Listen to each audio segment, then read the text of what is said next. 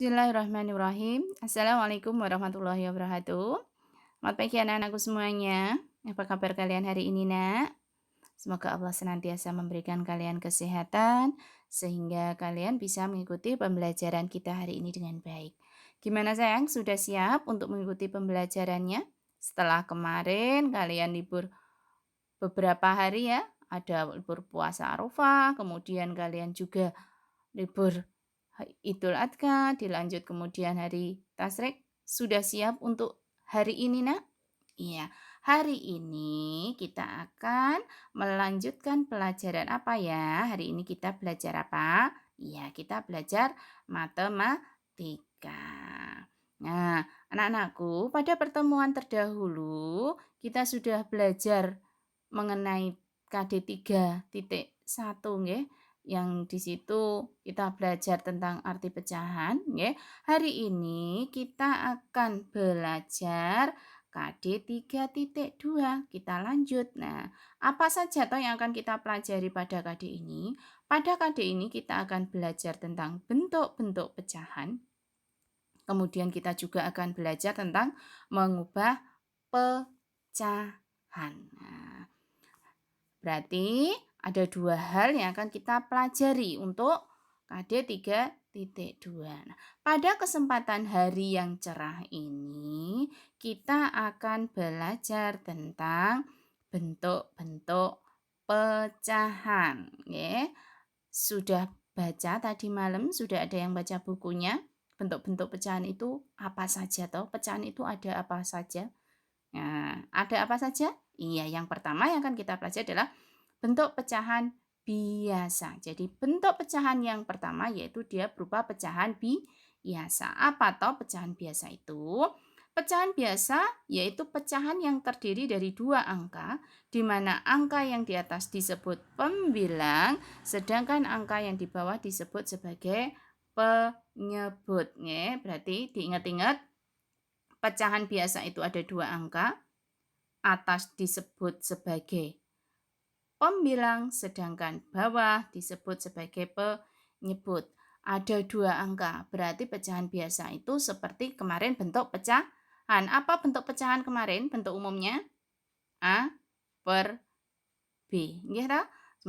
A dia disebut sebagai pembilang, B disebut sebagai penyebut. Berarti jika ada pecahan seperti ini, dia disebut sebagai pecahan biasa. Nah, contohnya sekarang bagaimana?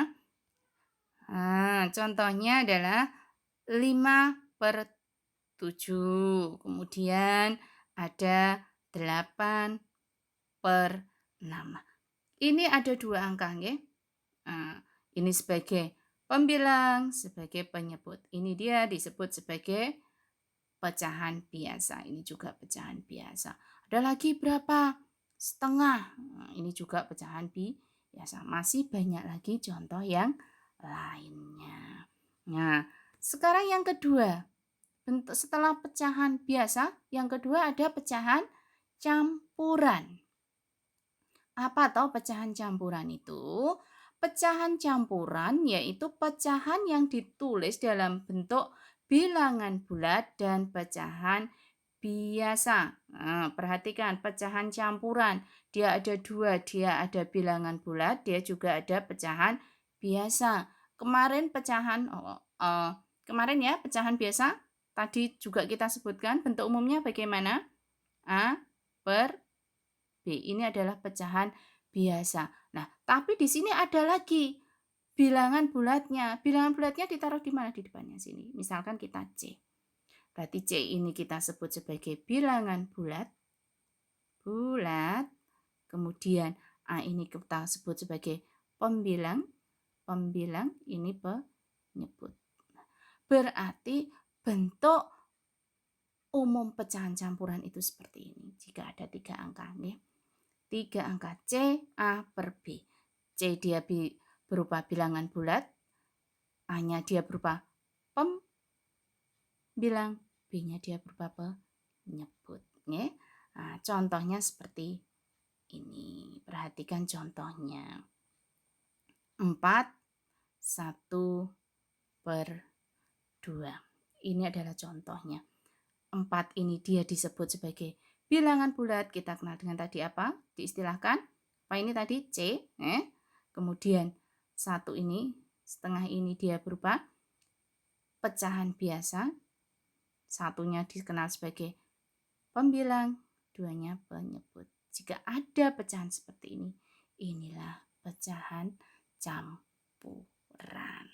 Nah, ternyata pecahan campuran itu bisa kita peroleh dari pecahan biasa.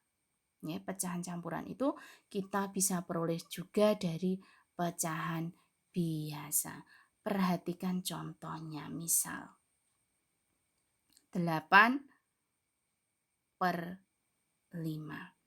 Syarat utama pecahan biasa dijadikan pecahan campuran, pembilangnya harus lebih besar daripada penyebut, atau istilahnya sing dhuwur luwih gede daripada yang bawah. Nah, ini caranya diapakan? Nah, bisa kita tulis ke dalam pecahan campuran, ya, pecahan tadi bisa kita tulis dalam campuran dengan cara membagi dua bilangan tersebut. Nah, pecahan ini 8/5 ini bisa kita rubah ke bentuk pecahan campuran dengan cara membagi dua bilangan tersebut. Membaginya bagaimana? Membagi biasa seperti pembagian. Kalian sudah pernah tahu pembagian kelas 3? Nah, perhatikan. Pembagiannya bagaimana? Pembagian biasa. Bagian biasa 8/5 bisa kita tuliskan 8 dibagi 5. Berapa 8 dibagi 5? Kita bisa tulis 1 pecahan biasanya. Terus kemudian bilangan bulatnya kita tulis seperti ini. Sisanya kita angkat di atasnya. 3/5 ini dia merupakan penyebutnya. Jika kita tulis seperti ini. Aku kok isih urung mudeng ya, carane piye lagi? Nah, atau dengan cara lain, kita bisa hitung dengan cara bersusun atau porok gapit nggih, nek dulu istilahnya, nggih. Nah, kita bisa lihat sekarang. 8 kita bagi pembagian biasa, porok gapit nggih. Dengan berapa tadi penyebutnya? 5. 8 dibagi 5 ada berapa? Dapat berapa? 1 kita taruh di atas. 1 kali 5 ada 5. Taruh bawahnya. Kita jumlahkan. Sisanya berapa? 8 dibagi dikurangi 5 ada 3. Nah, setelah sampai ini, kalian perhatikan. 1 ini ya. Yang kita gunakan adalah 1 ini, 5, dan 3. Angka 3 angka ini yang kita gunakan. 1 ini kita kenal sebagai dia adalah hasil bagi. Kemudian 3 kita kenal sebagai sisa bagi. Jadi pecahan 8/5 jika kita bagi menjadi 1, 3/5, di mana 1 ini kita kenal dia sebagai hasil bagi, kemudian 3 dia adalah sisanya, sisa bagi tadi, kemudian 5-nya adalah pembagi atau penyebutnya. Inilah cara kita. Loh, 1 ini tadi dikenal sebagai C. Jadi C itu merupakan hasil bagi. Kemudian 3 sisa bagi kita kenal sebagai A. Sing dhuwur dhewe. Terus pernya 5 ini sisa bagi kita sebut sebagai penyebut. Kita bisa cari caranya dengan menggunakan porok gapit ini. Syaratnya apa tadi? Pembilang harus lebih besar daripada penyebutnya. Kalau penyebutnya lebih kecil bisa? Ya tidak bisa dong sayang. Itu sudah syarat utama kok. Syarat utamanya pembilang harus lebih besar daripada penyebut. Sampai sini paham nggih? Nah, ternyata pecahan campuran bisa diperoleh dari pecahan biasa. Sekarang yang ketiga, ya kan, bentuk pecahan yang ketiga adalah pecahan desimal. Pecahan desimal itu yang bagaimana toh? Nah, pecahan desimal yaitu pecahan yang mempunyai penyebut 10, 100, 1000, dan seterusnya. Nah, pecahan desimal 10, 100, 1000. Jadi jika ada angka sing bawahnya atau penyebutnya itu berangka, ada angka nolnya, 10, 100, 1000, 10.000 dan seterusnya, itu dia termasuk pecahan desimal. Atau dengan kata lain, pecahan desimal itu pecahan yang ditandai dengan adanya angka di belakang koma. Ciri khususnya ada angka di belakang koma. Selain dia berpenyebut dengan ada angka nolnya, 10, 100, dan 1000, dia juga mempunyai ciri khusus yaitu angka di belakang koma. Ada angka di belakang koma. Contohnya, nah, pecahan 5/10. Nah, ya, 5/10. Penyebutnya punya 0. Nah, ini jika ditulis itu dia akan berupa 0,5. 0,5. Ada komanya, nggih. Ada berapa lagi? 25/100. Sama dengan berapa? 0,25. Nanti bisa per 1000 dan seterusnya. Intinya satu, jika penyebutnya ada angka nolnya, dia termasuk pecahan desimal. Jika ada koma di belakang, ada koma di ada apa? Kok koma ada apa sayang? Angka di belakang koma, nganti kepledot nggih soal nganu apa jenenge ngomonge, ada angka di belakang koma, dia juga bilangan pecahan desimal. Misalkan kok ada 3,25, ada koma, ada angka 3, apakah dia termasuk pecahan desimal? Iya. Kenapa? Ada angka di belakang koma. Paham nggih bentuk desimal? Nah, sekarang yang terakhir yaitu bentuk apa? Bentuk pecahan yang terakhir yaitu persen. Kok persen? Yang lainnya ada pecahan desimal, pecahan persen ini kepanjangan dari apa? Per 100. Artinya apa? Berarti artinya apa? Per 100?